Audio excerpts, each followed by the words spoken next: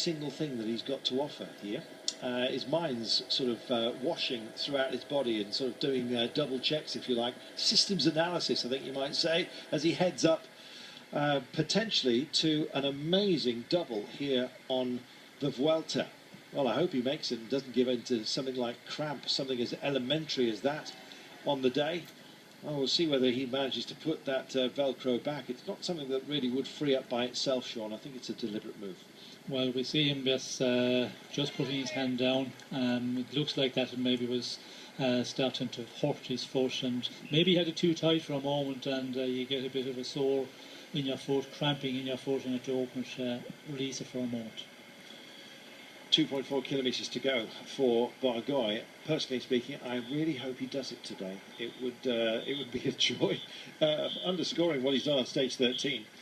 Uran seems the most lively, although he's had phases of efficacy on this climb where he's suddenly reached out, then rested up. Maybe it's good management, we'll see. Big check over the shoulder, he's doing a lot of this. Are the nerves starting to fray? That's the reason why Uran's on his case. Oh, 2.2 to go. And if he starts to get nervous and overlook over the shoulder too much, then I'm afraid he's going to be cooked even with only 2.1 to go. They're within range, Sean. Yes, we can see the two riders chasing. Is it Uran or is it a Movistar rider? I'm not sure. It looked like a Movistar jersey, but from the distance there it's difficult to see. But there is two riders, yes, coming across, and they are closing down, and I think he is looking over his shoulder. A lot of panic is starting to set in, and it's going to be difficult for him to hold on. I think it's Uran and Nertz who are chasing him down. They've got the firepower to do it. Will they break the young man's heart? We'll see. 3 kilometres to go for these guys, but further up the road, a young man who is, we believe, cramping on his left foot.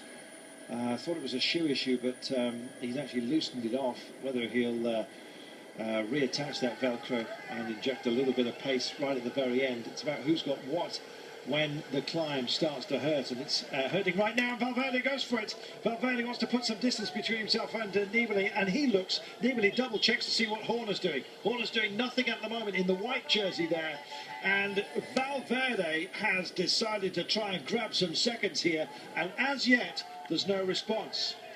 Who can offer up anything in a retort here, Sean? Well, Valverde very cool, calm there. He sees Nibali very cool and calm. Valverde puts in a big attack after Katusha rider Viccioso set a very strong pace and then pulled over to the right hand side.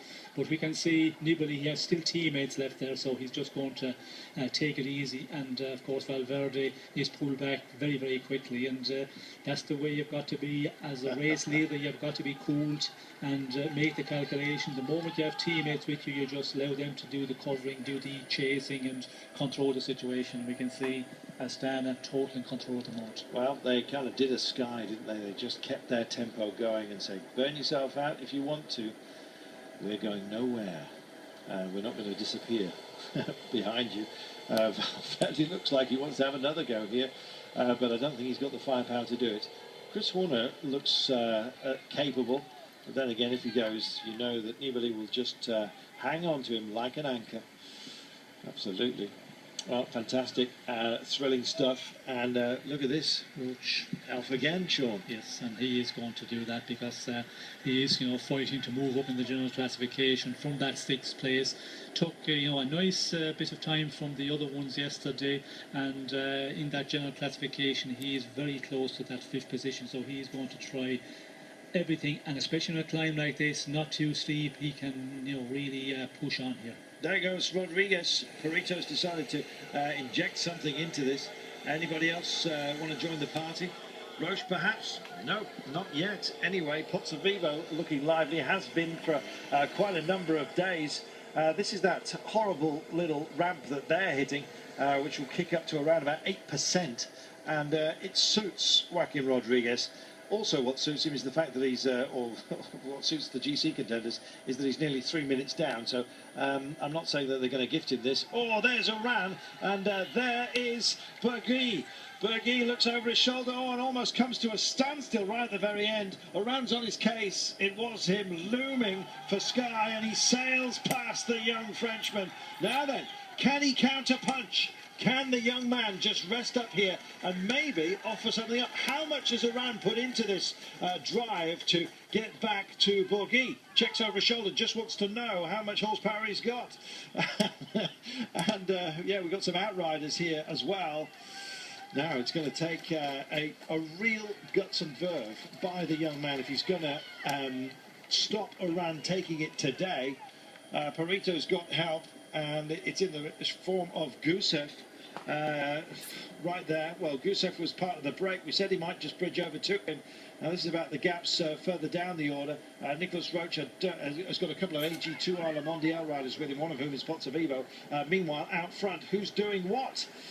Goodness me, well, it's all starting to break down. That was Leo Koenig, by the way, just struggling a little bit because of the pace that's come on very late.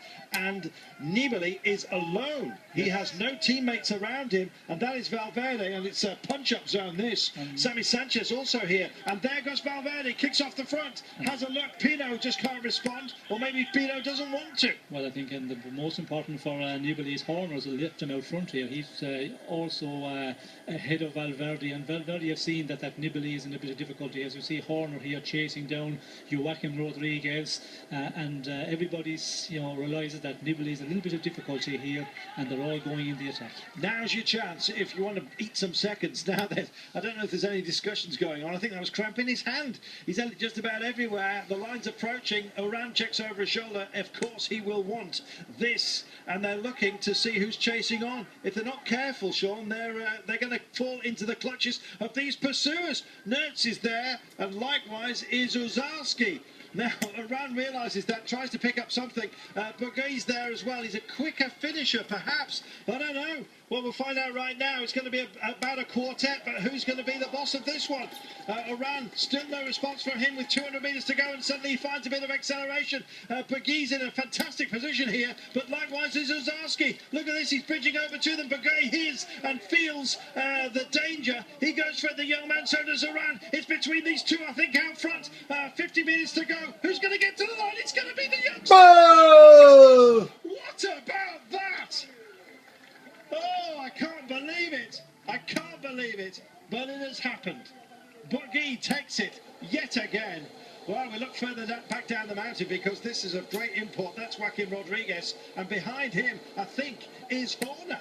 Yes, Horner is coming across here, and it's the first time we've seen Nibali get into some difficulty, and it's going to be an interesting one because Horner is certainly on the way across to Joaquim Rodriguez here. We can see Nibali just keeping it everything, fighting it all the way. Across the line comes some of the remnants of the breakers. This is the important area further back. That was Masish Pateski, I think, for Cannondale coming across the line. This is Joaquim Rodriguez. However, behind him is Chris Horner, and that is a huge, huge moment, perhaps. Leo Koenig now just goes through. Now, this will be a help to Nibali if he can possibly get on the back wheel. There is Horner, and there is Valverde, and there is Pino. Horner in the white jersey combined. There is the green jersey, the points jersey of Valverde. Minute 42 down, Valverde, don't forget. And Horner, 50 seconds down. That's Pino as well. He's nearly 5 minutes down, so not of great consequence for the GC. But this is going to be a big gap, sure. Yes, it is going to be a big gap, as we can see here. Valverde just struggling all the way, and it's going to be very, very close. Horner, I reckon it must be, 30 seconds at least at the moment, the advantage over Nibali. Sanchez decides to put on a little bit more hurt as well, but he's actually playing into the hands of Nibali, perhaps by offering up something. Right, count back, start it right now. Minute 43 was on the clock.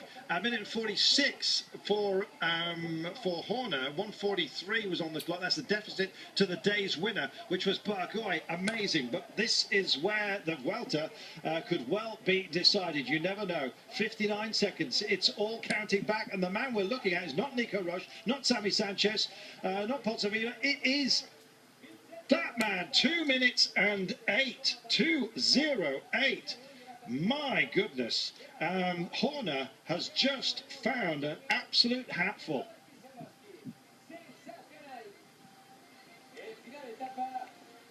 Well, by my reckoning, Sean, he's cut the gap by 22 seconds.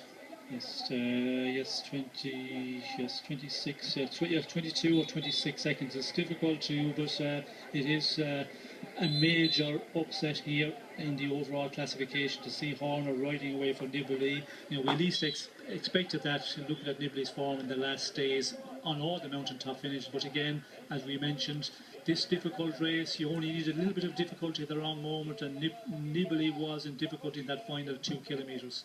And Horner eats into the advantage. Well, by my maths, and it's only pencil on the back of a piece of card, it's 27 seconds between Vincenzo Nibali, who remains the leader, and Chris Horner. Alejandro Valverde trims his disadvantage as well to in the 1 minute and 20s, that kind of zone. But I know he hasn't won the day. I know he's not the leader. But I think he will be one of the most pleased riders out there today. You're looking at him, Christopher Horner. There we are, Barguil being called by the announcers. Well, he was so cool there, Sean, and after the difficult days that we've had, it makes you wonder what might have been if he hadn't fallen in that neutral zone all those days ago. He takes it at the line by the narrowest of margins from a very highly motivated Rigoberto Urán. Yes, and of course Urán very motivated because he wants to get a stage victory. The race has not been the best one for him, and Barguil, it's amazing, that guy. We could see there, you know, the riders coming up. A young rider like that, you know, he would get into the panic situation. He's won a stage already. He just make the mistake, take it up too early. But he just followed Urán, left him do all the leading on the front in the final couple of 100 metres, and just had enough to take it in the sprint. Well, even the cameraman was tracking Urán, but there's our winner. A double winner on the Vuelta. Let's have a look at the line. Phew. You know, it had to go to a photo, but they have declared him. Remarkable. Remarkable, yes. He's just having a remarkable tour. To win one stage in your first big 3-week tour, but to win a second one, and against a rider like Rigoberto Urán, who was, you know, a noted climber. What a final of this stage, and you know, what an exciting number of kilometres we've had on this climb today. General classification as well. You know, wasn't expecting much to happen, and here we are. General classification, Horner eats